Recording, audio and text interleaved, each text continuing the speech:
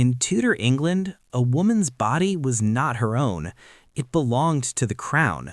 Her womb was a political asset, her bloodline a bargaining chip, her fertility a matter of national security.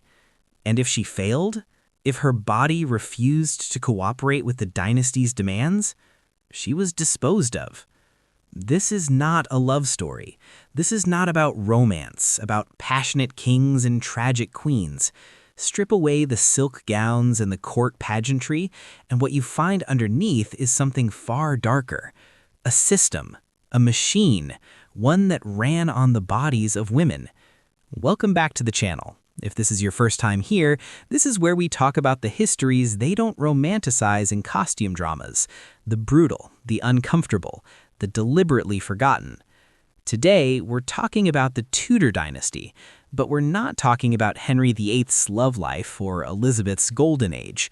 We're talking about what succession actually meant for the women trapped inside it.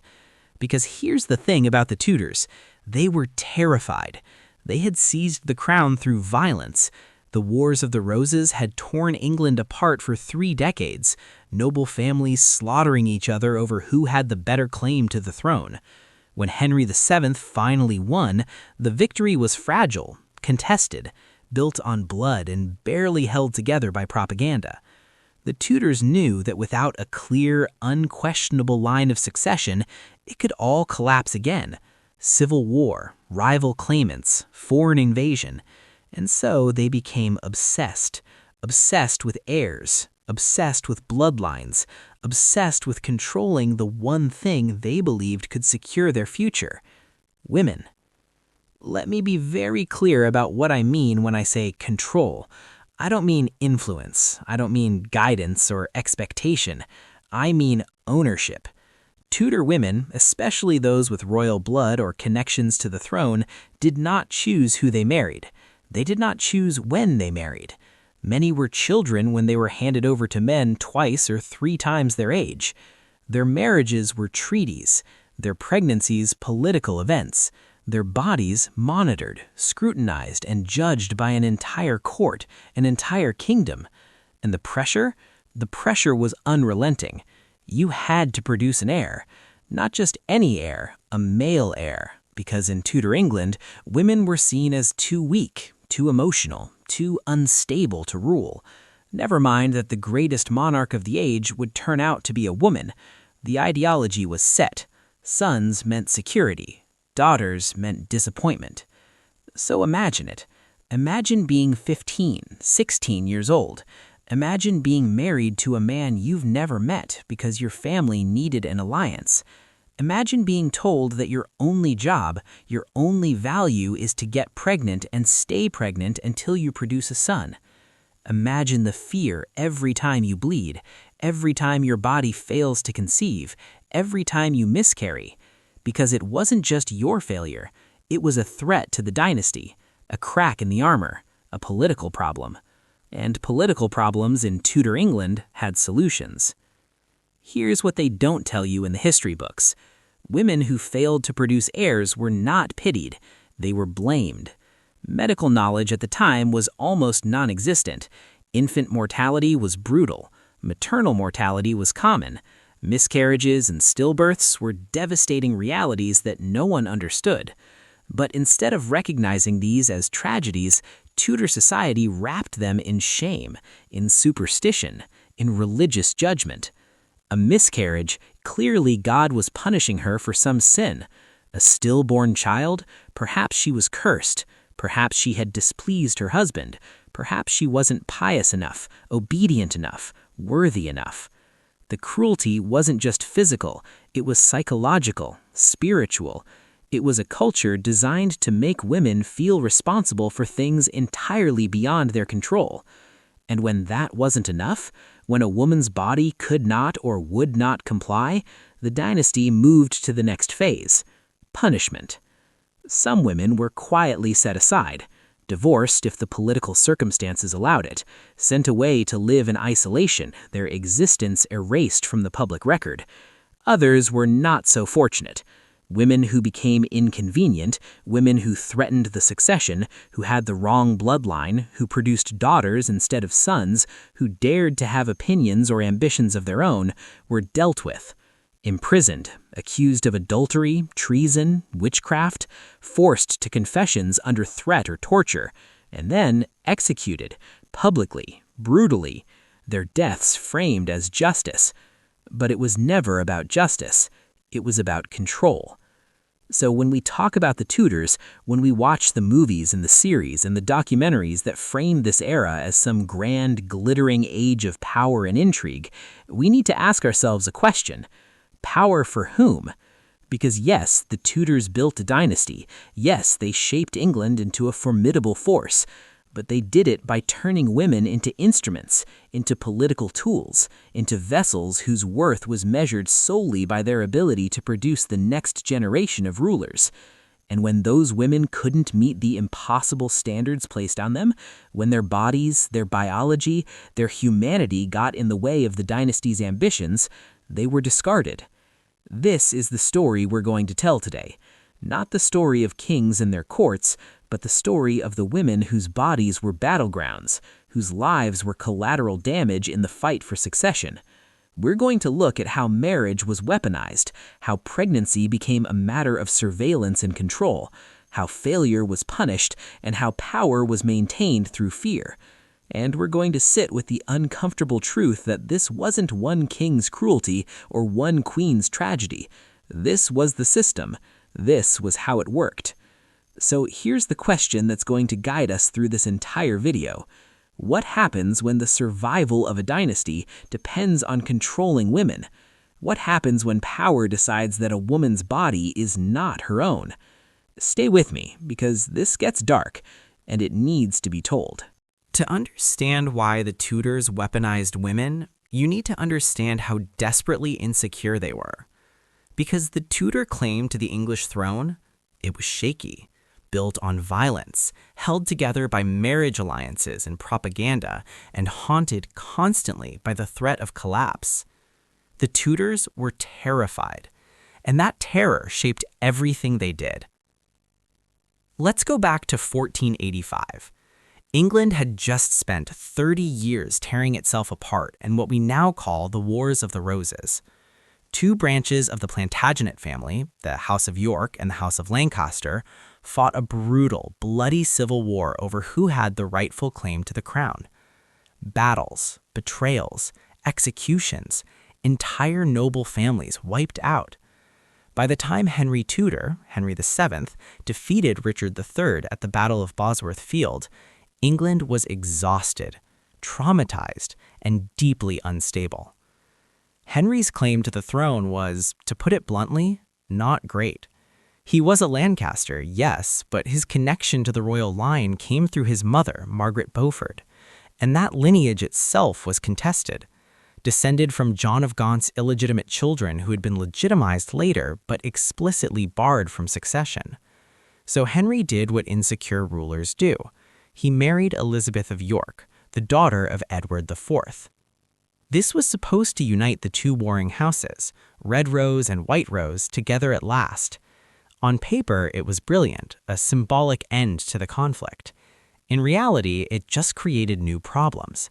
Because now there were other people with York blood who could claim they had a better right to the throne than Henry. People who remembered that the Tudors had taken power by force, not by unquestionable inheritance. And that's the nightmare that haunted the Tudors for the next 100 years. The fear that someone, a rival claimant, a discontented noble, a foreign power, would challenge their right to rule, and that England would descend into civil war all over again. Here's what that fear meant in practice. It meant that succession was not just important, it was everything.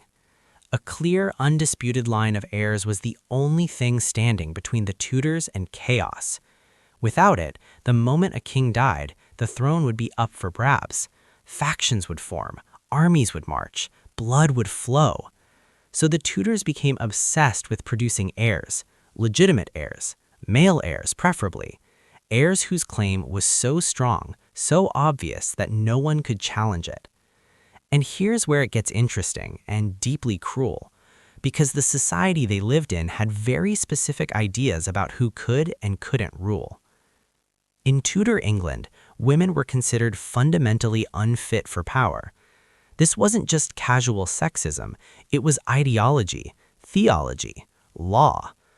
The prevailing belief, backed by the church, by legal scholars, by centuries of tradition, was that women were weak. Physically, yes, but also mentally and morally. Women were seen as too emotional to make rational decisions, too easily influenced, too prone to hysteria.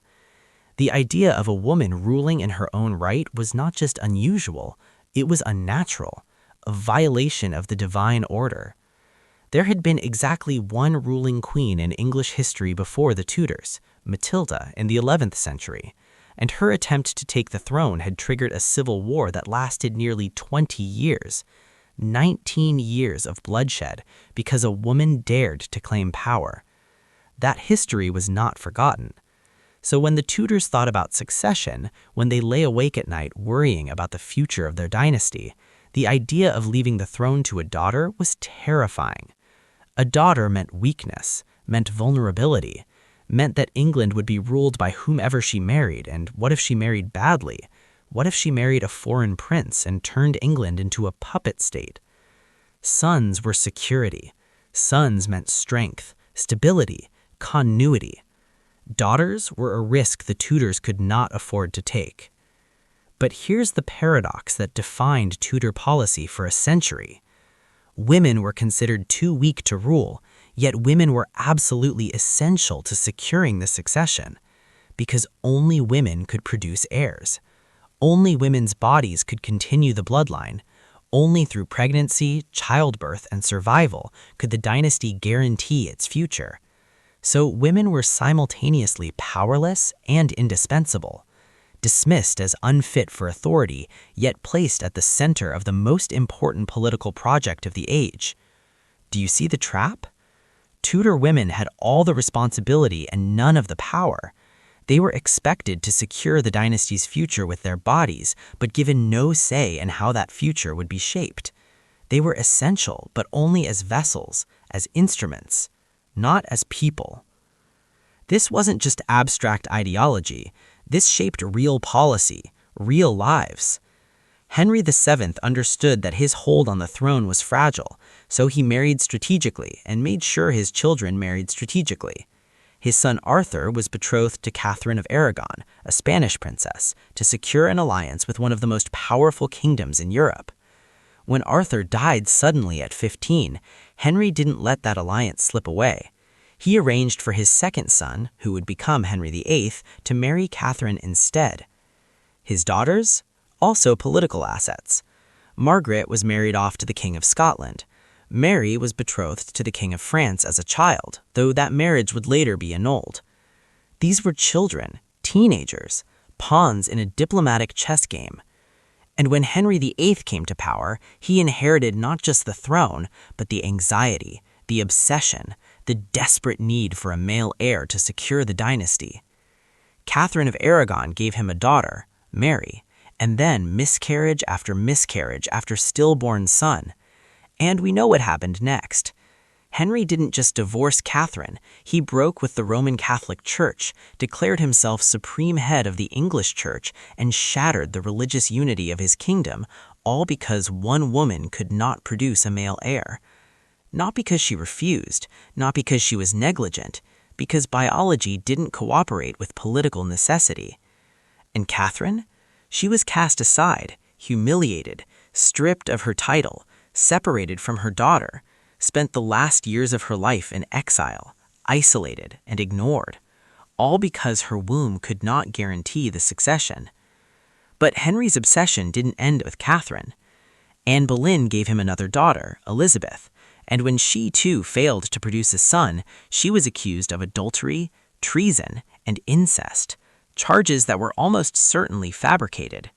She was executed. Jane Seymour gave him the son he so desperately wanted, Edward, and then she died 12 days later from complications of childbirth. Anne of Cleves was married and divorced within months because Henry found her unattractive, and the marriage was never consummated. Catherine Howard, barely out of her teens, was accused of adultery and executed. Catherine Parr survived Henry, but only because he died before he could turn on her too. 6 wives, 2 executed, 2 divorced, 1 died, 1 survived. This wasn't just Henry's personal cruelty, though he certainly was cruel. This was the logical endpoint of a system that valued women only for their reproductive capacity and discarded them the moment they failed to deliver. And it didn't stop with Henry. Edward VI, the son Henry fought so hard for, ruled for only 6 years before dying of illness at 15. No heir, no plan. The succession crisis that followed nearly tore the country apart. Lady Jane Grey, a teenager with royal blood, was proclaimed queen for 9 days before being overthrown and later executed. Mary I took the throne, England's first undisputed ruling queen, and the fact that she was Catholic and an increasingly Protestant country, that she married a foreign prince, and that she failed to produce an heir was used to justify decades of propaganda painting her as Bloody Mary, a tyrant and a failure. Never mind that her father had executed far more people. The narrative was set. A woman on the throne meant chaos. And then Elizabeth I, who learned from watching her father's marriages, her brother's early death, her sister's struggles, that marriage and childbirth were traps. She chose never to marry, never to risk pregnancy. She declared herself married to England instead. And for that, she was called unnatural, selfish, incomplete. So here's what we need to understand about the Tudor obsession with succession. It wasn't just about having children, it was about control. Control over bloodlines, control over alliances, control over the future. And the only way to exert that control was to control women. Their marriages, their bodies, their fertility, their choices, their lives. The Tudors could not afford uncertainty. They could not afford to let women choose their own husbands or decide when or if to have children, or prioritize their own health and happiness over the dynasty's needs. Because from the Tudor perspective, women's autonomy was the threat. A woman who chose wrong could destabilize the kingdom. A woman who failed to conceive could end the dynasty. A woman who birthed daughters instead of sons could trigger a succession crisis. So they eliminated the choice. To secure the future, the Tudors turned to the one thing they believed they could control: women, their bodies, their bloodlines, their lives. And what happened to those women, the ones who were married off as children, who were precious? Let's talk about marriage. Not the romantic version, not the fairy tale, not the idea of 2 people choosing each other, building a life together. Let's talk about what marriage actually was for Tudor women. A transaction, a weapon, a cage. In Tudor England, marriage was the primary tool of statecraft. It was how you secured alliances with foreign powers, how you neutralized domestic threats, how you consolidated land, wealth, and political influence. And women, particularly women with royal blood or noble connections, were the currency. They were traded between families, between kingdoms, between dynasties, like livestock, like property, like living treaties that could be signed, sealed, and consummated to bind one power to another. And here's the thing that needs to be said clearly. These women had no choice in the matter. None. When we talk about arranged marriages in history, there's sometimes this temptation to soften it, to say, well, that was just how things were done back then, to frame it as cultural difference rather than systemic cruelty. But let's be precise about what we're describing. We're talking about girls, children, being informed that they would marry a man they had never met, a man who might be twice their age, 3 times their age, a man from a foreign country whose language they didn't speak. We're talking about negotiations conducted entirely without their input, contracts signed before they were old enough to read them, betrothals arranged when they were still in cradles. We're talking about wedding nights where these girls were expected to perform their duty, to submit, to conceive. And if they were frightened, if they were traumatized, if they wanted literally anything else for their lives, it didn't matter. Their feelings were not part of the equation. Let me give you some examples, because the scale of this needs to sink in. Margaret Tudor, daughter of Henry VII, was betrothed to James IV of Scotland when she was 6 years old. 6. The marriage was finalized when she was 13. She was sent north to Scotland, away from her family, away from everything she knew, to live in a foreign court and produce heirs for a foreign king. She had no say in this arrangement. She was a diplomatic gift wrapped up in silk and ceremony, handed over to secure peace between England and Scotland. Mary Tudor, Margaret's younger sister, was betrothed to Charles of Castile when she was 4 years old. That betrothal was later broken, and she was betrothed to Charles V of the Holy Roman Empire when she was 6. That too was called off. Finally, at 18, she was married to Louis XII of France, a man in his 50s, physically unwell, who died 3 months after the wedding. 3 months! Mary had been used to secure a French alliance, and when that alliance no longer served England's interests after Louis's death, she became a problem to be managed rather than a person to be protected. Or take Catherine of Aragon, betrothed to Arthur Tudor when she was 3 years old, married to him at 16, widowed at 16, and then kept in diplomatic limbo for 7 years while her father-in-law and her own father argued over her dowry and her future. She lived in poverty during those years, isolated, uncertain, a pawn in negotiations that had nothing to do with her well-being and everything to do with maintaining a political alliance with Spain. When she finally married Henry VIII, it wasn't because he loved her, it was because England still needed Spain. And when England no longer needed Spain, when Henry needed a son and Catherine couldn't provide one, she was discarded. These weren't exceptions. This was the system. Every Tudor woman of any significance was married for strategy. Margaret Douglas, Henry VIII's niece, was imprisoned in the Tower of London twice for daring to become romantically involved with men without royal permission because her bloodline made her valuable, and that value could not be squandered on a love match. Lady Jane Grey was married at 15 to Lord Guilford Dudley in a transparent attempt by powerful men to control the succession. She didn't want the marriage. She certainly didn't want the crown that was forced on her 9 days later. But her wants were irrelevant. She was executed at 16. Catherine Parr, Henry VIII's last wife, had been married twice before Henry, both times to much older men chosen by her family for strategic reasons. When Henry decided he wanted her, she was actually in love with someone else, Thomas Seymour. But when the king wants you, you don't say no. She married Henry, survived him, and only after his death could she finally marry the man she'd wanted all along, a choice that brought her brief happiness before she died in childbirth at 36. Now, let's talk about what these marriages actually meant on a human level.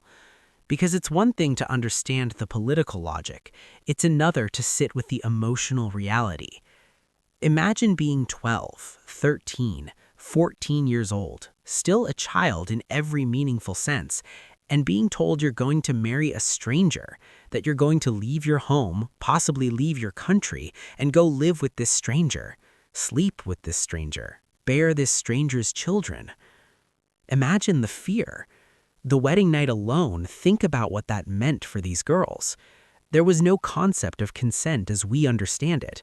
Consummation was a legal requirement, proof that the marriage was valid.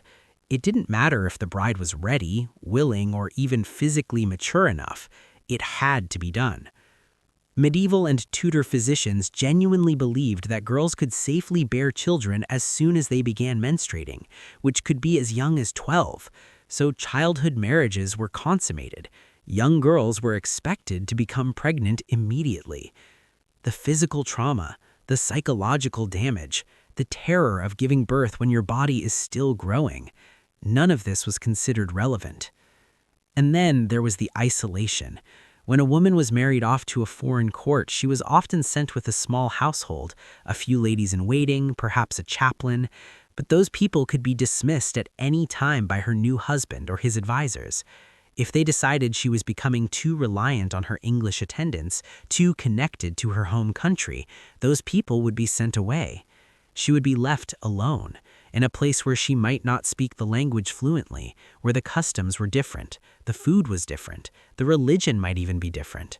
Her only purpose was to bind two nations together with her body, to smile at state occasions, to get pregnant, to produce heirs. And if she failed, if she was unhappy, if she complained, if she struggled to adapt, she was told to try harder, to pray more, to be more obedient, because her feelings were not the point. Her comfort was not the point. The alliance was the point. And here's what made this especially cruel. These marriages were often unstable. Political circumstances changed, alliances shifted, wars broke out, treaties were renegotiated. And when that happened, the women who had been married to secure those original alliances became liabilities. Catherine of Aragon, again, is the perfect example. She was valuable to Henry as long as England needed Spain. The moment that calculus changed, the moment Henry decided he needed a different wife, a different alliance, a son, Catherine's value evaporated. 20 years of marriage, a daughter, multiple pregnancies, loyalty, devotion, none of it mattered. She was replaced. Or look at what happened to Anne of Cleves. She was married to Henry VIII to secure an alliance with the Protestant German states, but the moment she saw her in person, he decided he didn't find her attractive. And when the political situation shifted and England no longer needed that German alliance, the marriage was annulled within 6 months. Anne was lucky. She accepted the annulment, was given estates and money, and lived quietly for the rest of her life. She survived because she didn't fight, didn't make demands, didn't become inconvenient. But think about what that means. She was shipped to England, married to the king, and then set aside all within half a year. Her entire life disrupted for an alliance that collapsed almost immediately. And she was one of the fortunate ones. Let's reinforce something critical here. This wasn't the cruelty of one king or one family. This was institutional, systematic, normalized across Europe. Every royal house operated this way, every noble family. Marriages were strategic tools and women were the raw material. The French did it, the Spanish did it. The Habsburgs built an entire empire on strategic marriages. Their motto was literally, "Let others wage war, you, happy Austria, marry." The English were not unique in this cruelty. They were just particularly anxious about it because their hold on power was so fragile. But everywhere you look in this period, you find the same pattern. Women married off as children, sent away from their families, expected to produce heirs, blamed when they failed, discarded when they were no longer useful. It was the system, the machinery of power, and it consumed women. Because here's the stark truth that needs to be said. A Tudor woman's value ended where her usefulness did. As long as she could secure an alliance, produce heirs, bring a dowry, tie one powerful family to another, she had value. She was protected, provided for, given status and titles. But the moment she could no longer serve those functions, the moment she was widowed with no sons, or became infertile, or her family lost power, or the political winds shifted, her value disappeared, and with it, any protection she might have had. She could be divorced, sent to a convent, imprisoned, executed. She could spend the rest of her life in isolation, forgotten by history, her name a footnote if it appears at all. Because she was never a person in her own right. She was always a tool, an instrument of policy. And when the policy changed, the instrument was discarded. This is what marriage meant for Tudor women. Not partnership, not love, not even basic dignity. It meant being used, being traded, being valued only for what your body could produce and what your bloodline could secure. And when your body failed, or your bloodline became inconvenient, or the dynasty simply didn't need you anymore, you learned exactly how little you had ever mattered. But marriage was only the beginning, because once a woman was married, once she was locked into her strategic purpose, the real surveillance began. The pressure, the scrutiny, the constant crushing expectation that she would get pregnant and stay pregnant until she produced the heir the dynasty demanded. That's where we're going next. The womb under surveillance. Once a Tudor woman was married, her body stopped being her own in a way that's difficult for us to fully comprehend today. Her womb became a matter of state. Every month, people were watching, waiting, monitoring, looking for signs. Is she pregnant yet? Is she showing? Is the child moving? Will it be a boy? Her menstrual cycle was tracked. Her diet was controlled. Her activities were restricted. Physicians examined her. Astrologers calculated favorable dates for conception. Priests prayed over her. She was no longer a person. She was a vessel, an incubator for the dynasty's future. And the pressure, the psychological weight of that surveillance was absolutely crushing. Let's be clear about what was expected. A Tudor woman of royal or noble blood was expected to become pregnant as quickly as possible after marriage, ideally within the first year, and then to remain pregnant or nursing or pregnant again for most of her childbearing years. This wasn't a choice. This wasn't a conversation about family planning or personal readiness. This was her function, her duty, the entire reason she had been married in the first place. And everyone around her, her husband, her family, the court, the kingdom, was invested in the outcome. Because remember, succession anxiety was the driving force behind everything. A male heir meant security, meant stability, meant the dynasty would continue. So when a woman's monthly bleeding came and she was not pregnant, it wasn't just a private disappointment, it was a political problem. Now, let's talk about what pregnancy actually meant in the Tudor period, because this is where the psychological horror really begins. Pregnancy in the 16th century was terrifying. Childbirth was one of the leading causes of death for women. Maternal mortality rates were staggering. Estimates suggest that 1 in 3 women died in childbirth or from related complications over the course of their lives. 1 in 3. Think about that. Think about knowing that every time you became pregnant, you were risking your life. That childbirth might kill you. That infection might kill you. That bleeding might kill you. And there was almost nothing anyone could do to help you. Medieval and Tudor medicine had virtually no understanding of anatomy, of sterility, of how infections spread. When things went wrong during labor, and they often did, the options were barbaric. Instruments were used that caused horrific injuries. Procedures were attempted that often killed both mother and child. Women knew this. They knew the risks. They had watched their mothers, their sisters, their friends die in childbirth. And yet they had no choice but to keep getting pregnant. Catherine of Aragon was pregnant at least 6 times during her marriage to Henry VIII. 6 times. Her first child, a daughter, was stillborn. Her second, a son, lived for only 52 days. Then miscarriages. Another son who died within hours of birth. Then Mary, who survived. Then another stillbirth. 6 pregnancies, 1 surviving child. The physical toll alone is unimaginable. The grief, the trauma of carrying a child for months, going through labor and then losing that child over and over again. But what makes this even crueler is how Catherine was treated, because the narrative, the explanation that the court, the church, Henry himself settled on was that this was somehow Catherine's fault. Not bad luck, not the medical realities of the time, not just the heartbreaking randomness of infant mortality. No, it had to be a sign, a judgment, a curse. Let me explain how the blame culture worked, because this is critical to understanding the psychological violence inflicted on these women. In Tudor England, pregnancy and childbirth were wrapped up in religion, superstition, and deeply misogynistic medical theory. If a woman miscarried, there had to be a reason, and the reason was always traced back to her. Maybe she had sinned, maybe she had displeased God, maybe she had been unchaste, either before marriage or in her thoughts. Maybe she had been cursed by a witch. Maybe she ate the wrong foods, or moved too much, or moved too little, or been too emotional. The medical texts of the time literally blamed women's wandering wombs and excessive emotions for pregnancy loss.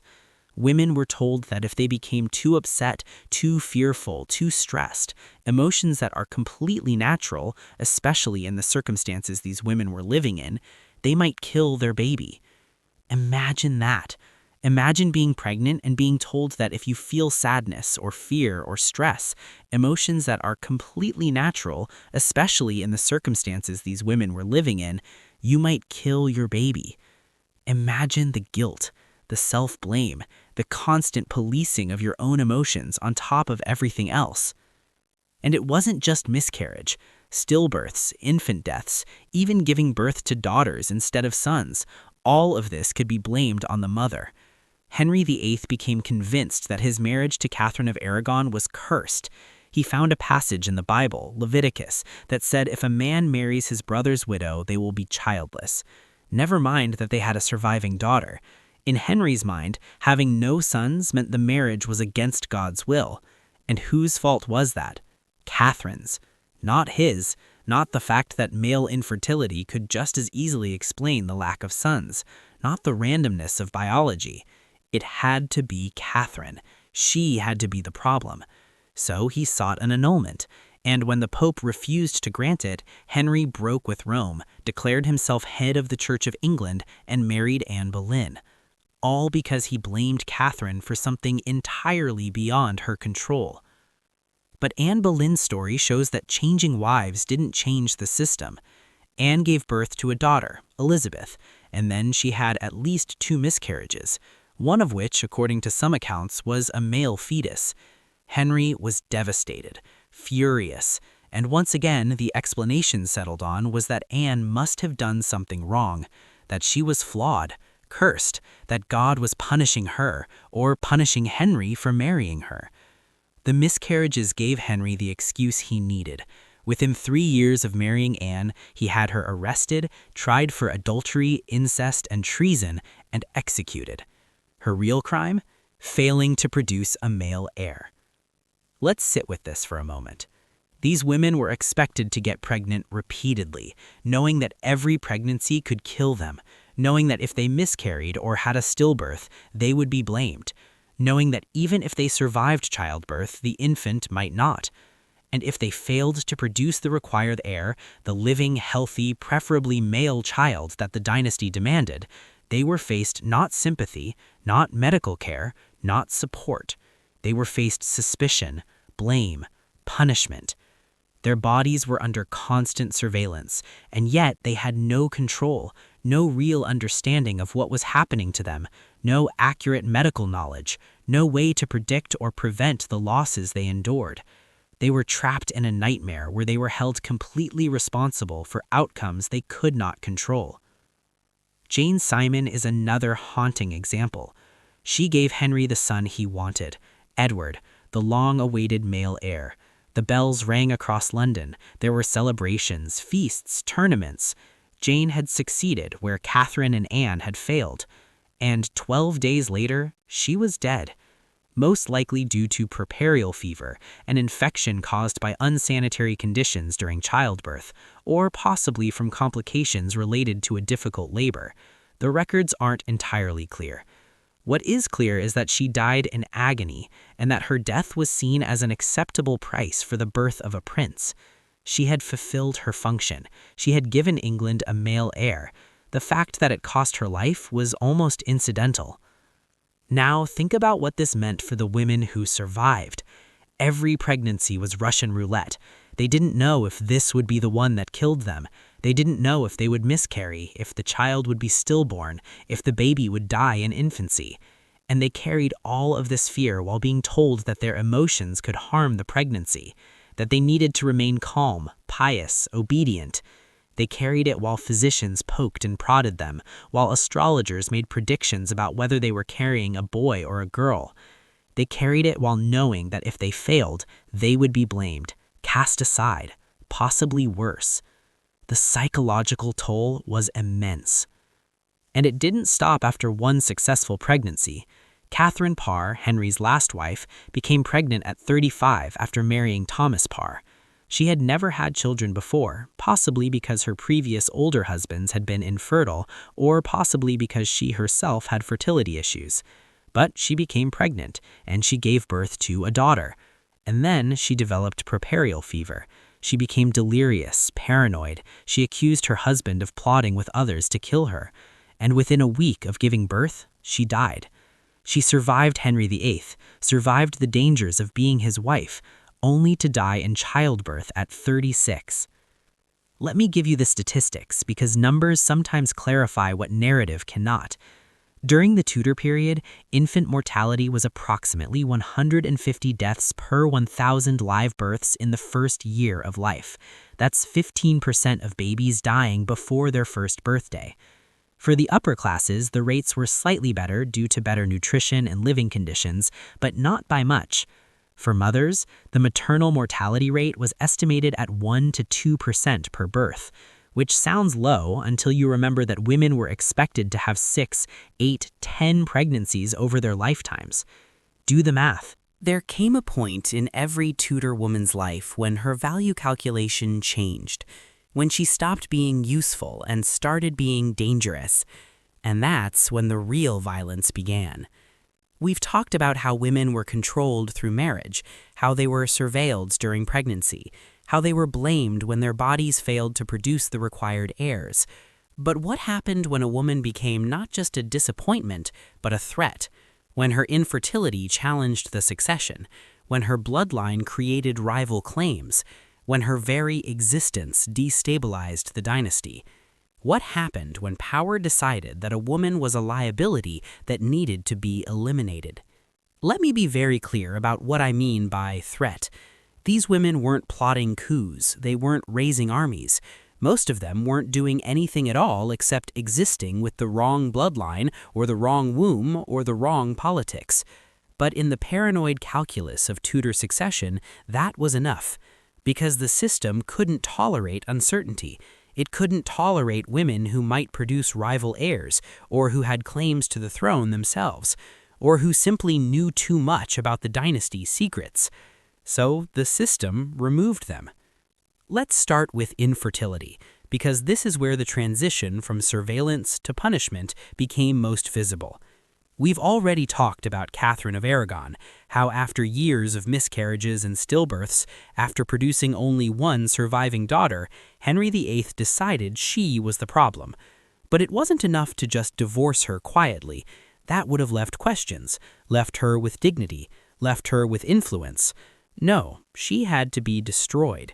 Henry declared that their marriage had never been valid, that she had never truly been his wife, that their daughter, Mary, was illegitimate. Think about what that meant. More than 20 years of marriage erased, a daughter's legitimacy stripped away, Catherine's entire identity as Queen of England nullified. She was exiled from court, forbidden from seeing her daughter. Her household was reduced, her income cut. She lived her final years in damp, cold castles, isolated and effectively imprisoned. And when she died, there were whispers that she had been poisoned. Whether she was or wasn't, the message was clear. A woman who failed to give the king a son could expect not just rejection, but destruction. Anne Boleyn's fate was even brutaler. When her miscarriages made it clear she wasn't going to produce the male heir Henry needed, he didn't just divorce her. He had her arrested on charges of adultery with 5 men, including her own brother. Charges of treason, charges of plotting to kill the king. The evidence was flimsy at best, fabricated at worst. The confessions were extracted under torture or threat of torture. But it didn't matter. The trial was a formality. The verdict was predetermined. Anne Boleyn was beheaded on Tower Green in May of 1536. Her crime? Failing to produce a son, being too intelligent, too opinionated, too unwilling to simply disappear when she was no longer wanted. She threatened Henry's plans for the succession, so she was eliminated. And the charges, adultery, incest, treason, those weren't about truth. They were about creating a legal justification for removing an inconvenient woman. They were about making her death look like justice. This pattern repeated throughout Tudor history. Catherine Howard, Henry's fifth wife, was barely 20 when she was executed. The charges were similar: adultery, treason. Whether she was actually guilty or simply young, foolish, and trapped in a terrifying situation, we'll never know for certain. What we do know is that she was inconvenient. She hadn't produced an heir, she wasn't useful anymore, and she was dispensable. So she was beheaded. Lady Rochford, who had served Anne Boleyn and was accused of facilitating Catherine Howard's alleged affairs, was executed alongside her. 2 women, dead because they were in the way. But it wasn't just wives who were threatened by the succession machinery. Any woman with royal blood, any woman who could potentially challenge the line of succession, was in danger. Margaret Pole, Countess of Salisbury, was 67 years old when she was executed in 1441. Her crime? Having Plantagenet blood, being the niece of 2 kings, Edward IV and Richard III, having sons who Henry perceived as threats. She hadn't plotted anything, she hadn't claimed the throne, she was an elderly woman who had served Catherine of Aragon faithfully. But her bloodline was dangerous. So Henry had her arrested, imprisoned in the Tower for 2 years, and then executed. The execution itself was botched. The executioner was inexperienced, and it took 11 blows to kill her. 11 blows. A 67-year-old woman hacked to death because her ancestry made her a liability.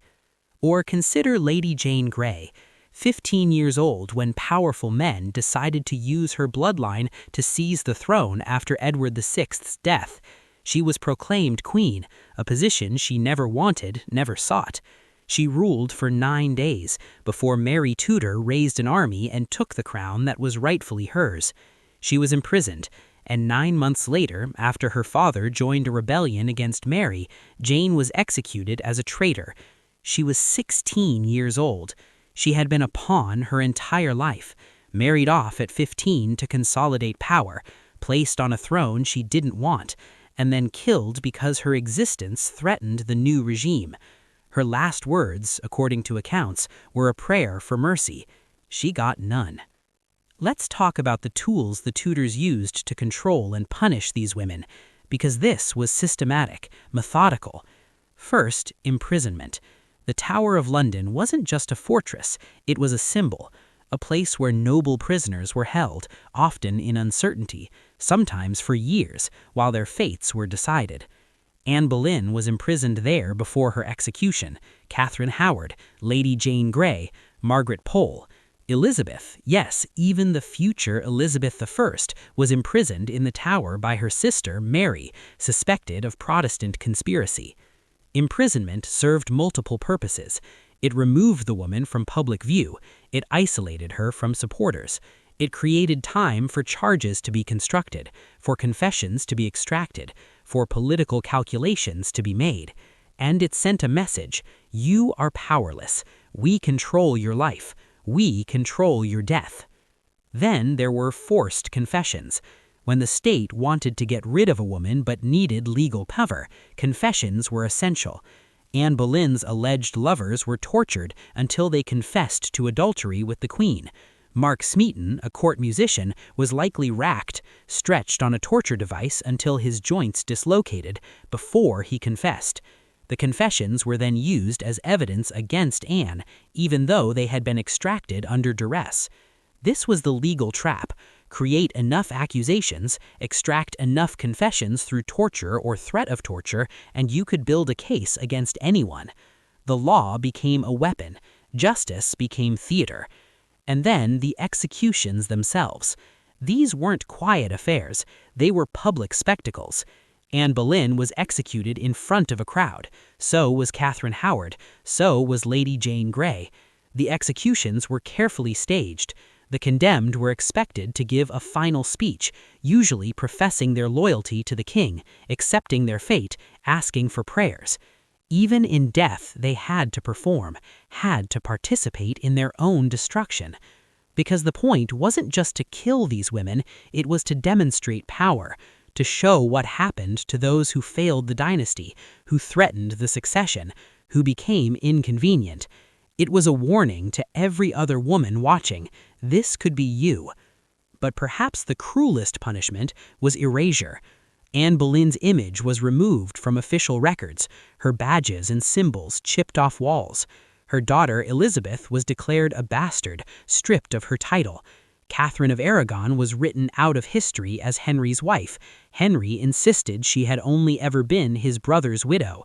Lady Rochford was nearly forgotten entirely, reduced to a footnote, the 9 Days Queen, whose story was simplified into a tragic mistake rather than a complex political murder.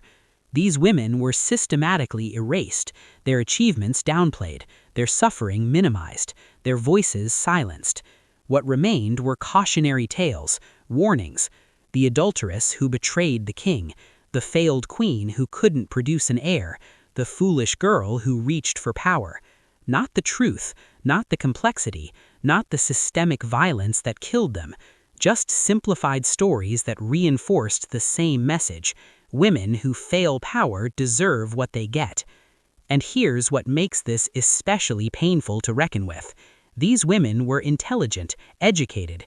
Some of them were deeply religious. Some of them were politically savvy. Some of them were just trying to survive. Anne Boleyn had helped shape the English Reformation. She had been a patron of religious reform, an advocate for the poor. Catherine of Aragon had served as regent of England, had commanded the defense of the realm while Henry was at war.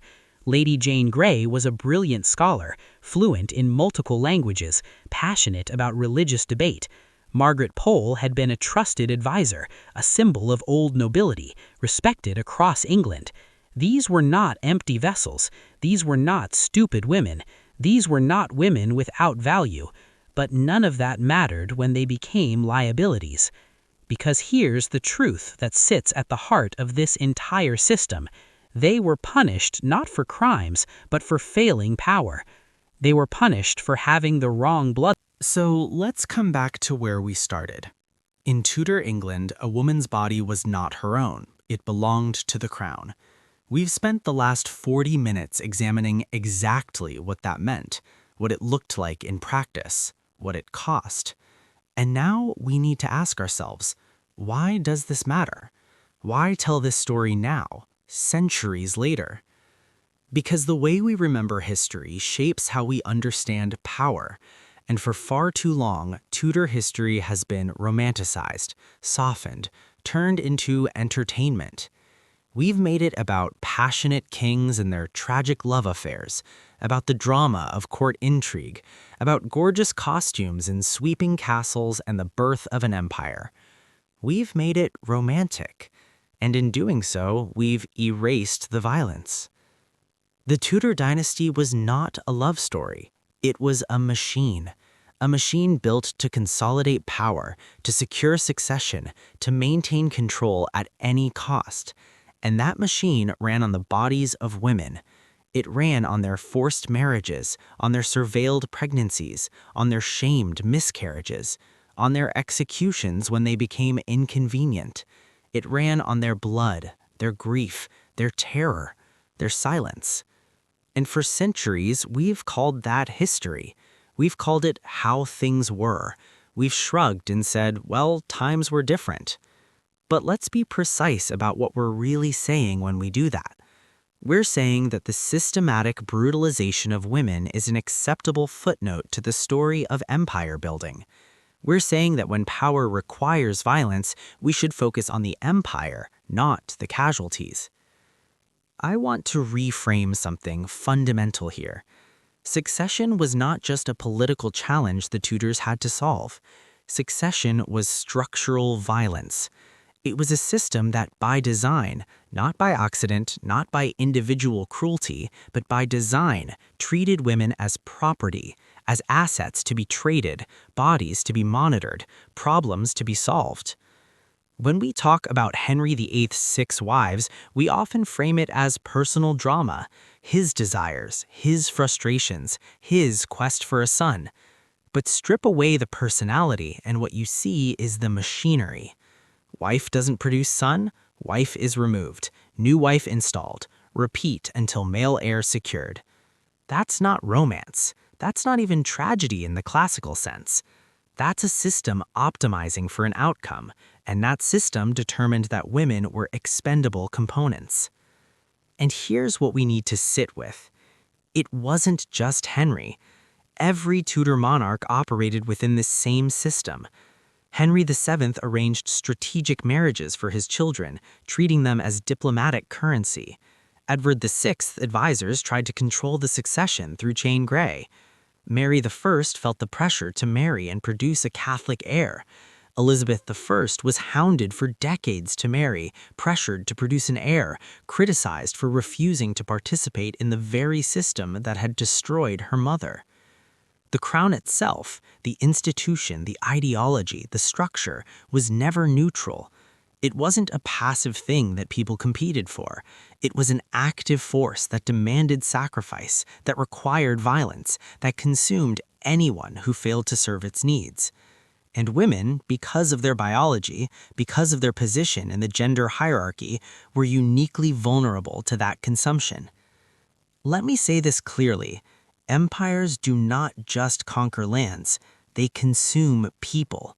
They consume the soldiers who fight their wars. They consume the peasants who work their fields. They consume the laborers who build their monuments. And they consume the women whose bodies are required to continue the bloodline.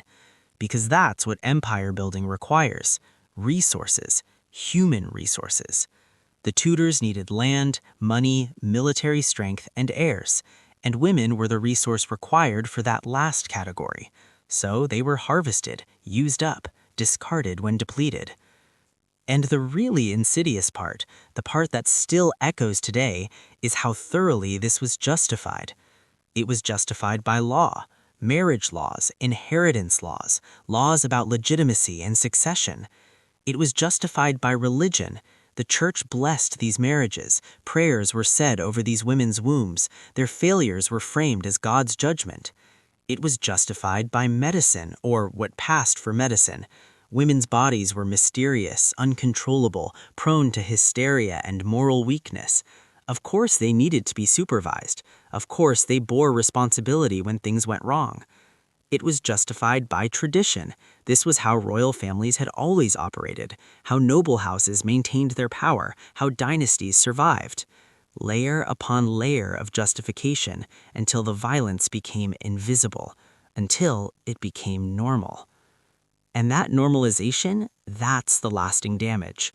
Because when we watch costume dramas about the Tudors and we swoon over the romance, when we focus on the intrigue and the power plays and the gorgeous gowns, we're participating in that same erasure. We're accepting the narrative that these women's suffering was unfortunate but necessary, that it was sad but inevitable, that it was the price of greatness. We're letting the empire tell its own story, and empires always tell stories that justify their violence. So let's tell a different story.